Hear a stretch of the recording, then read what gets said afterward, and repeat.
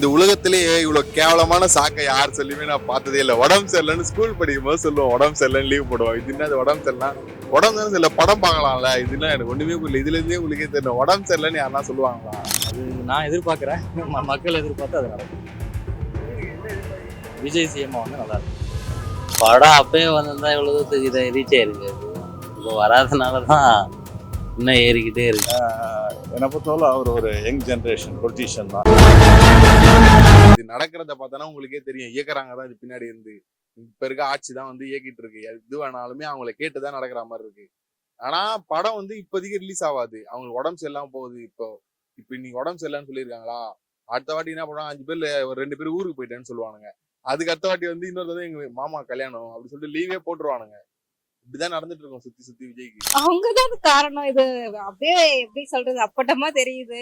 இது எதுக்கு மறைச்சிக்கிட்டு ரொம்ப எதிர்பார்த்துட்டு இருந்தோம்.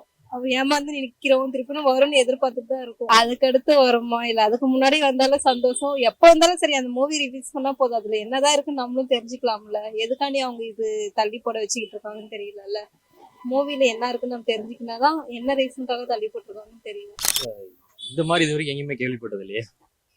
தனிநபருக்கு உடம்பு சரியில்லைன்னு சொல்லி ஒரு தணிக்கைக்குள்ள சொல்றாங்களா? இது டூ மச் தான்.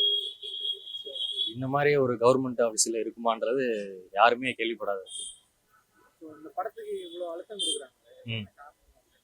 கண்டிப்பா ஒரு அரசியலுக்கு வந்த காரணமா தான். ஆனா இப்போதைக்கு இந்த படம் வராது மட்டும் தான் சொல்லியிருக்காங்க. இந்த எலெக்ஷன் எல்லாம் முடிஞ்சுதான் வரும்னு சொல்லியிருக்காங்க. ஆனா எலெக்ஷனுக்கு முன்னாடி வராதுன்னு சொல்லியிருக்காங்க. அவ்வளவுதான். எனக்கு அதை பத்தி தெரிஞ்சது. என்ன நிலவரம் இருக்குன்னு தெரியாது இல்ல பிரதர். எல்லா படத்தையும் அவங்க முடக்கிறது இல்ல. ஏதோ ஒரு படத்தை ஒரு குறிப்பிட்ட காரணத்துக்காக முடக்கி வச்சிருக்காங்க. ஒருவேளை அவருடைய கருத்துக்களோ அவருடைய வசனங்களோ மத்திய அரசையோ மாநில அரசையோ தாக்குற மாதிரி இருந்தா இந்த வேலையை அவங்க பார்த்துருப்பாங்க. அந்த பாயிண்ட்ல யோசிச்சு நாம எப்பயுமே வந்து கவர்மெண்ட்டை குறை சொல்றத விட நாமளும் வந்து அதுக்கு கொஞ்சம் எஃபெக்டிவ் ஆக்ஷன்ஸ் எடுக்கணும். இப்போ வந்து கவர்மெண்ட் இருந்து சில இது வரலைன்னா நாம வந்து முதல்ல ஆக்ஷனா ஒரு லெட்டரே கொடுக்கலாம், நேராக போய் பார்க்கலாம். ஏன்னா இப்போ வந்து எல்லாமே வந்து ஓப்பன், ஓகேங்களா? அதனால வந்து நீங்க டைரக்டா போய் பேசினாலுமே எல்லாமே சால்வ் பண்ணிடலாம். அதனால என்னை பொறுத்தவரைக்கும் இந்தியா ஜனநாயக country, really they are doing very good. இப்போ இங்கேயே பார்த்தீங்கன்னா நல்ல டிசிப்ளினு எல்லாம் இருக்குது, எல்லா ஃபெசிலிட்டி எல்லாருக்கும் வேலை கொடுக்குறாங்க. இது மாதிரி வேற எந்த கண்ட்ரிலையும் கிடைக்காது.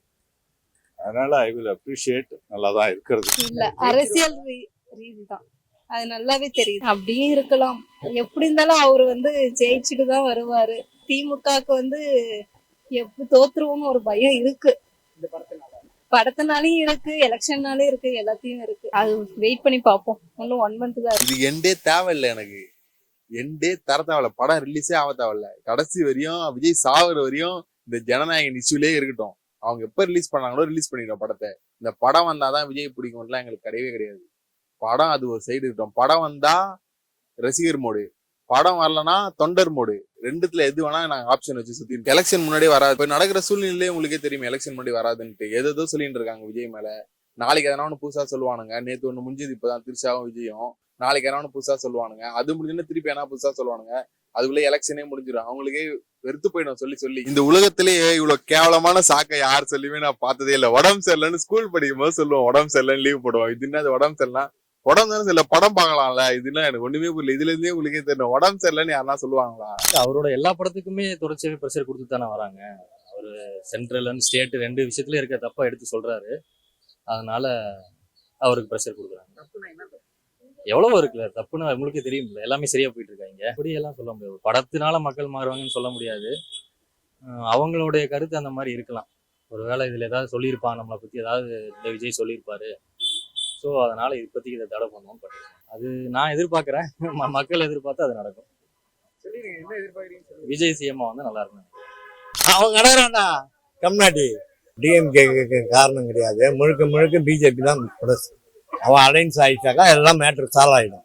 இந்த 47 பேர் உயிரிழந்த விவகாரத்தில் அதுக்கு போட்டு பிளாக் பண்ணி வச்சுக்கிறாங்க. அது சரியாயிடுச்சு மேட்ரு. விஜய்க்கு எல்லாம் ஃபேன் இருக்கு. ஆந்திராவில் இருக்கும், தெலுங்கானால இருக்கும். நமஸ்தே, நான் தெலுங்கானா தான் அங்கே இருக்கும். விஜய்க்கு ஃபேன் எல்லாம் அங்கெல்லாம் எப்படின்னா அங்கே அப்போ அங்கே தான் சொல்லிட்டாரு ஜனவரி 9 தான் வருவானே. வரல. அதுதான் வெயிட் பண்ணலாம். ஆமா ஆமா. விஜய்க்கு இருக்கு ஃபேன்ஸ், அங்கதான் இருக்கும், நல்லா இருக்கும். யார் ஓகே சொன்னோம்? விஜய் ஓகே சொல்லிட்டாருன்னா கூட்டணிக்கு ஓகே சொல்லிட்டாரா படம் ரிலீஸ் ஆகும்? இல்ல அதை டிமாண்ட் பண்ணலாம்ல. நான் சொல்றது உங்களுக்கு புரியுதா இல்லையா? நீ தவறானவன் இல்லைன்னா ஏத்து நிக்கலாம். நீ தவறானவன் இல்ல.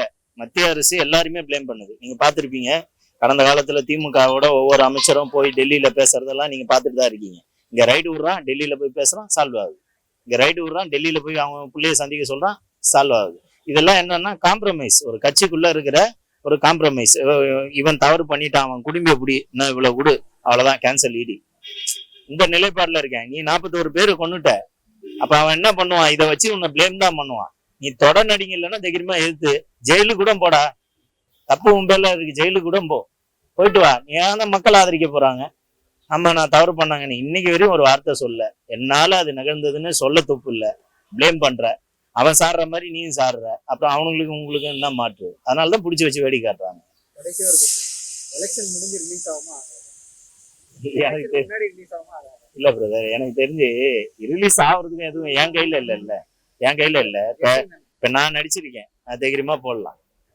இப்ப நான் உச்ச நடிகர். ஏங்க என் படத்தை ஏங்க பிடிக்கிறீங்க? படமா பாருங்க. ஒரு அறிக்கை, மத்திய தணிக்கை குழுவுக்கு ஒரு லெட்ரு, இந்த சங்கத்து மூலியமா கொடுக்கலாம். நீங்க ஏன் அதை செய்யல? இவர் ஒதுங்குறது சம்பளம் வாங்கிட்டா நான் அடிச்சிட்டேன், அது அவன் பிரச்சனை அப்படின்ட்டு ஒதுங்கி போறவன் நாளைக்கு நமக்கு ஒரு பிரச்சனைனா ஒதுங்கி போவானா மாட்டானா? இந்த கேள்வி அந்த மக்கள் யோசிக்கணும்ல, சிந்திக்கணும்ல. எந்த பிரச்சனைக்கு கூட நின்று இருக்கான்? எதுவுமே இல்லை. அப்புறம் அப்படி அவன் சொந்த பிரச்சனைக்கு கூட நிக்க மாட்டான். இவனை நம்பி எப்படி நீங்க ஓட்டு போடுவீங்க, ஜெயிக்க வைப்பீங்க? படம் ரிலீஸ் ஆகிறதுக்கு வாய்ப்பே இல்லை, எனக்கு தெரிஞ்சு வாய்ப்பு இல்லை. ஒரு பிளேம் நடத்துறாங்க மத்திய அரசோ மத்திய தணிக்கை குழு, ஒரு செட்டிங் போடுறாங்கன்னு வச்சுங்க. தைரியமான ஆள் இருந்தா ஃபேஸ் பண்ணு, இல்லைன்னா காலில் விழுந்து அடி பண்ணிடுது. இந்த ரெண்டுத்துக்கும் வராத மாதிரி இவங்க செய்யறாங்க அவங்க செய்யறாங்கன்னு ஒவ்வொரு மேல படி போடாது. அது நல்லது கிடையாது.